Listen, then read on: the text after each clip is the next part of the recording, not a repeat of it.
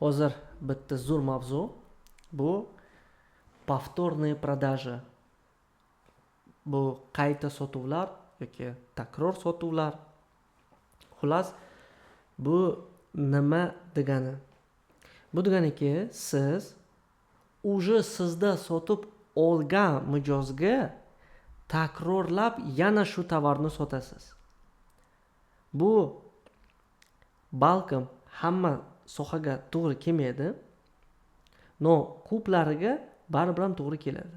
Masalan, aytaylikki, siz misol uchun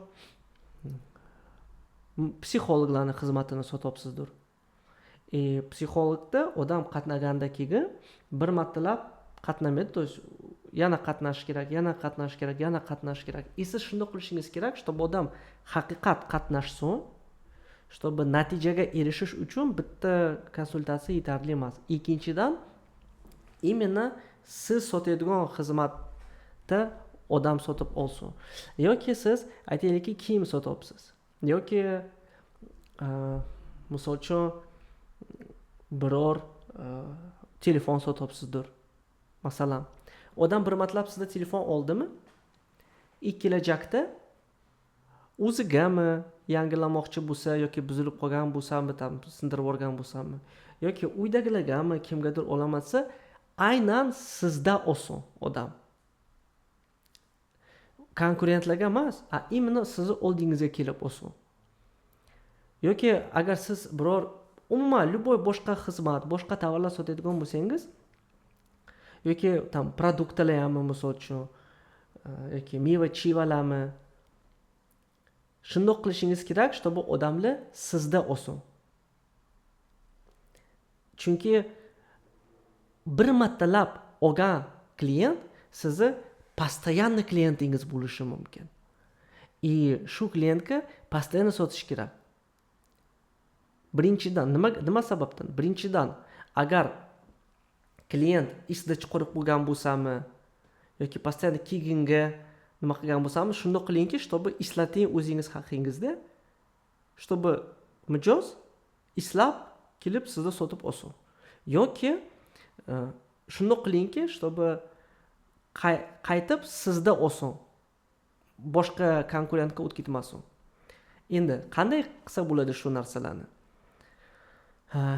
Siz e'tibor bergan bo'lishingiz mumkin.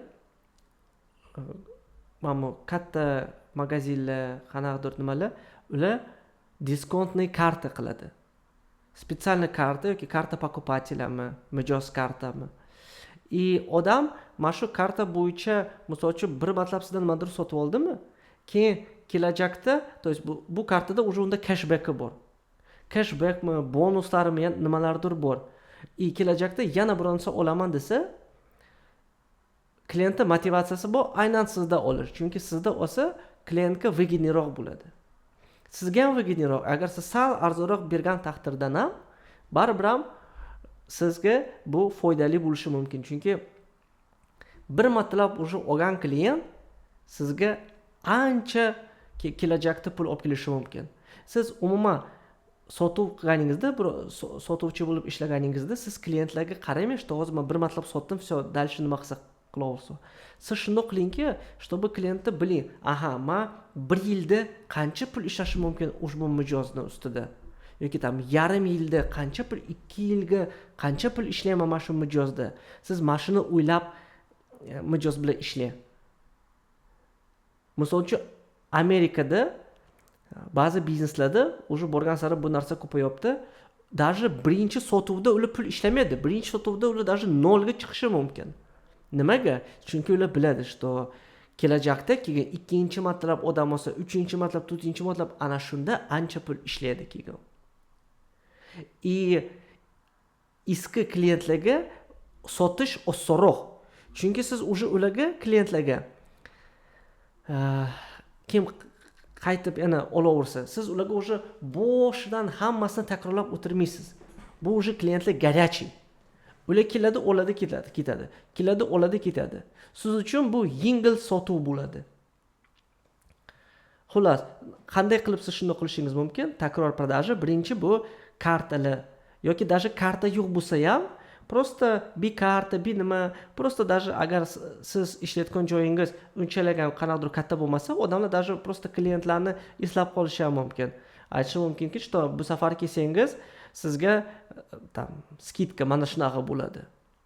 Yoki bu safar yana bironsa olsangiz sizga bonus qanaqadir sovg'a bo'ladi. Yoki bizda misol uchun mana kafeynilarda ba'zilarida shunaqa narsa bor. Aytaylikki 10 martalab kofe olsangiz 11-si в подарок. Odam 1 martalab, 2 martalab, 3 martalab olgandan keyin уже harakat qiladi aynan konkretni kafeynida kofeni olish, чтобы mana shu 10tagacha yetib borish и 11-sini bepul oladi. Bu просто masalan. Siz ham shunaqa narsalarni qanaqa sizni sohangizga to'g'ri keladigan bo'lsa, shunaqalarni o'ylab ko'rishingiz mumkin. Boshlig'ingiz bilan gaplashib ko'rishingiz mumkin. Nima biza taklif qilsak bo'ladi, чтобы klient aynan bizda yana olsin. Yana siz klientni, чтобы takror sotuv uchun o'zingizni eslatish uchun siz mijozni raqamini oling. Shu raqamini olib, keyin raqami orqali siz Telegramda topishingiz mumkin mijozni yoki WhatsAppdami yoki boshqa messenjerlardami. Raqamini olsangiz, siz mijozga keyin как раз таки yana eslatishingiz mumkin. Misol uchun mana sartaroshxona, mana men bitta, например, sartaroshga boraman, barber shopga. Men borganimda keyin ровно bir oydan keyin ular постоянно menga сообщение yozadi. Biz sizni sog'indik, tam tуда-сюда, tam просто eslatadi. Ular даже skidka taklif qilishmaydi. Ular просто eslatadi даже. Mani WhatsAppimga сообщение keladi, biz sizni sog'indik. No, просто shunday deb aytishadi-yu. Nima? Hamma mijozlarga shunday deb yozishadi. No, ular biladi, что o'rtachada odamlar sartaroshga где-то oyda 1 martalab boradi. Shu uchun men misol uchun 2 oyda 1 martalab sochimni olaman. Nobaribir ko'plari nima har oy olishadi sochini. O'stirishmaydi. Shu uchun ular biladi, har oy tarqatadi. Avtomatik biladi. Aha, mana bu klient 16-chisloda bo'lgan bo'lsa, yana oy 16-chisloda biz o'zimiz haqimizda eslatamiz deb. Siz ham shu. Даже agar skidka bermasangiz ham, qanaqadir sovg'a bermasangiz ham, просто даже eslatishingiz mumkin. Telegramga yozibmi, WhatsAppga yozibmi, yoki prямо telefon qilibmi даже, yoki SMS yozibmi, farqi yo'q. Даже oddiy eslatganingiz уже yaxshi bo'ladi. Chunki agar odam как раз misol uchun mana sartaroshcha strishka hop odam eslashi mumkin. Aha, tam sochimni olishim kerak.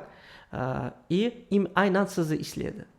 То есть ba'zi odamlar bitta sartaroshchani topib bittasiga boradi. Ba'zi odamlar farqi yo'q. То есть любойsiga boradi sartaroshchiga. Kimni eslasa yoki kimga tam papal bo'lsa, shunga ketaveradi. Men ham shundoq. Men qanaqadir konkretni sartaroshchini saylamayman.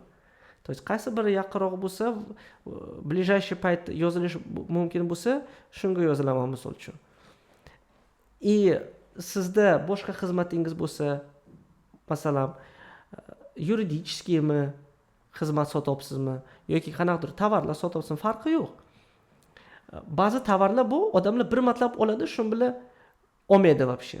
Qanaqadir yoki ancha olmaydi. Misol uchun mashina, avtomobil sohada odam, ba'zi odamlar bor, tam kim har yil ham almashtirib turishi mumkin. No, asosiy odamlar ko'plari 1 martalab olgandan keyin 1 yil tam salonda olgandan keyin mashina 1 yil уже olmaydi. Mana shu joylarda повторный продажаlar mana shu sohada уже qiyroq bo'ladi. No, bitta например, даже mana shunaqa sohalardan ham yo'lini topsa bo'ladi. То есть bitta mashina o'zi повторный продажа emas, a обслуживаниесі. То есть mashina kelib обслуживать qilib, tam yog'ini almashtirib и так далее, mashina qilishi mumkin. И постоянно har tam 10,000 kilometr yoki har tam yil aynan именно sizda o'tadi. Mana shu misol uchun tam техосмотрni и так далее. То есть и bitta ham, то есть ham, например, mani salonim Lexus har yil ular o'zi avtomatik eslatadi. Har yil telefon qiladi, biladi, 1 yil o'tdimi? Уже nima telefon qilib aytadi, mana vaqt keldi, давайте yozilamiz, yog'ini almashtirish kerak deb.